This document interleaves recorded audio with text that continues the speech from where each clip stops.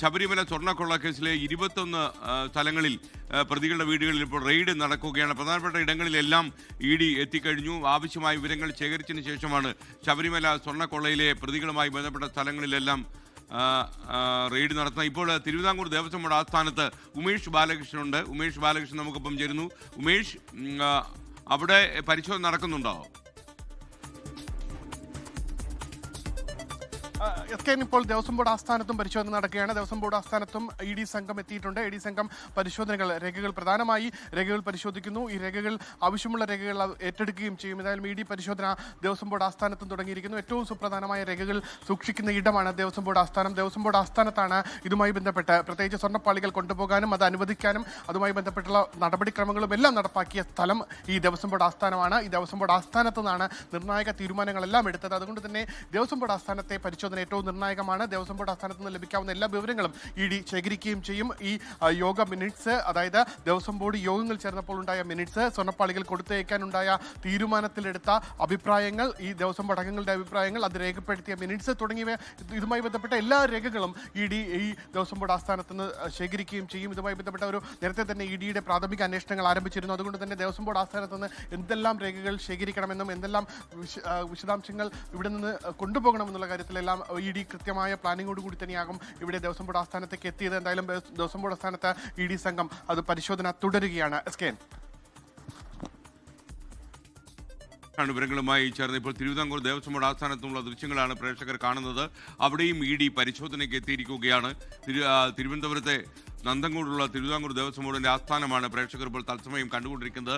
ഈ ആസ്ഥാനത്തു നിന്നുള്ള രേഖകൾ പരിശോധിക്കുകയാണ് EDയുടെ ലക്ഷ്യമെന്നാണ് നമ്മൾ മനസ്സിലാക്കുന്നത്. പ്രധാനമായും തിരുവിതാംകൂർ ദേവസ്വം ബോർഡ് പ്രസിഡന്റുമാരുടെ താവളങ്ങളെല്ലാം, ഓഫീസുകളെല്ലാം ഇവിടെയാണ് സ്ഥിതി ചെയ്യുന്നത്. മെയിൻ ഓഫീസാണ് ദേവസ്വം ബോർഡിൻ്റെ. അതുകൊണ്ട് തന്നെ ഈ ദേവസ്വം ബോർഡിലെ രേഖകളൊക്കെ വളരെ പ്രധാനമാണ് എന്ന് ED കരുതുന്നതുകൊണ്ടാകണം ഈ പ്രതികളുടെ വീടുകൾ കൂടാതെ, അവരുടെ ഓഫീസുകൾ കൂടാതെ തിരുവിതാംകൂർ ദേവസ്വം ബോർഡിൻ്റെ ഓഫീസ് കൂടി പരിശോധനയ്ക്ക് വിധേയമാക്കാൻ ഇവർ തീരുമാനിച്ചിട്ടുള്ളത്. ഉമേഷ് ബാലകൃഷ്ണൻ വീണ്ടും ചേരുന്നു. ഉമേഷ്, വലിയൊരു സംഘമാണ് അവിടെ പരിശോധനയ്ക്ക് എത്തിയിരിക്കുന്നത്. നമുക്ക് മനസ്സിലാക്കാൻ കഴിയുന്നത് എന്താണ് ദേവസ്വം ബോർഡ് ഓഫീസ് പരിശോധിക്കുന്നതെന്നുള്ള ഇവരുടെ ലക്ഷ്യം? തീർച്ചയായും ഒരു ക്രൈം നടക്കുമ്പോൾ അല്ലെങ്കിൽ ഒരു ഇടപാട് നടക്കുമ്പോൾ ആ ഇടപാട് നടക്കുന്ന സ്ഥലത്ത് നിന്ന് രേഖകൾ എടുക്കുക എന്നുള്ളത് പറയുന്നത് ഈ കേസുമായി ബന്ധപ്പെട്ട് ഏറ്റവും നിർണായകമാണ്, ഏത് കേസുമായി ബന്ധപ്പെട്ടും. അതുകൊണ്ട് തന്നെ ഈ ദേവസ്വം ബോർഡ് ആസ്ഥാനത്ത് നിന്ന് എടുത്ത തീരുമാനങ്ങൾ, അത് ദേവസ്വം ബോർഡ് യോഗത്തിൽ അംഗങ്ങളടക്കം ഇതുമായി ബന്ധപ്പെട്ട് സംസാരിച്ച തീരുമാനങ്ങൾ, ഒപ്പം ഉണ്ണികൃഷ്ണൻ പോറ്റി ഇതുമായി ബന്ധപ്പെട്ട് നടത്തിയ മുൻ ഇടപാടുകൾ, ഇവയെല്ലാം പരിശോധിക്കും. അതെല്ലാം, അതുമായി ബന്ധപ്പെട്ട രേഖകളെല്ലാം ശേഖരിക്കുക എന്നുള്ളതാണ് ED സംഘത്തിന്റെ പ്രധാന ലക്ഷ്യം. ഈ കാണുന്നതാണ് ED സംഘത്തിന്റെ ഈ സംഘങ്ങൾ. പക്ഷേ ഒറ്റ പ്രശ്നം, ഈ ദേവസ്വം ബോർഡ് ഓഫീസിലെ ജീവനക്കാർ ഇതുവരെ എത്തിയിട്ടില്ല. കാരണം അപ്രതീക്ഷിതമായിട്ടായിരുന്നു ഈ ED റെയ്ഡ്. അതുകൊണ്ട് തന്നെ ദേവസ്വം ബോർഡ് ജീവനക്കാർക്ക് വേണ്ടി ഇവർ കാത്തിരിക്കുകയാണ്. ദേവസ്വം ബോർഡ് ജീവനക്കാർ എത്തിക്കഴിഞ്ഞാൽ ഈ രേഖകൾ പരിശോധിക്കുന്ന നടപടിക്രമങ്ങളിലേക്ക്, ഏറ്റവും നിർണായകമായ ആ നടപടിക്രമങ്ങളിലേക്ക് കടക്കുകയും ചെയ്യും. നിലവിൽ സെക്യൂരിറ്റി ജീവനക്കാർ മാത്രമാണ് ദേവസ്വം ബോർഡ് ആസ്ഥാനത്ത് ഉണ്ടായിരുന്നത്. എന്തായാലും ED എത്തിയ ശേഷം ഉദ്യോഗസ്ഥരെ വിവരം അറിയിക്കുകയും ചെയ്തു. അതിന്റെ അടിസ്ഥാനത്തിൽ ഉദ്യോഗസ്ഥർ അല്പസമയത്തിനകം തന്നെ എത്തിക്കഴിഞ്ഞു കഴിഞ്ഞാൽ മറ്റ് രേഖകളുടെ പരിശോധന, ആവശ്യമുള്ള രേഖകൾ ഏറ്റെടുക്കൽ തുടങ്ങിയ നടപടിക്രമങ്ങളിലേക്ക് ED ഉദ്യോഗസ്ഥർ കടക്കുകയും ചെയ്യും.